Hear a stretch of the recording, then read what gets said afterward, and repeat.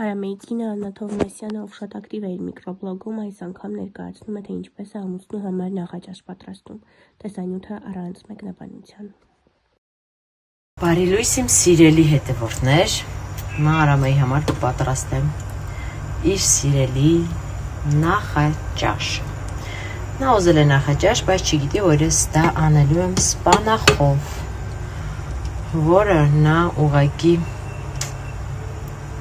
обожает, можно так сказать. Այսքանը հերիք է։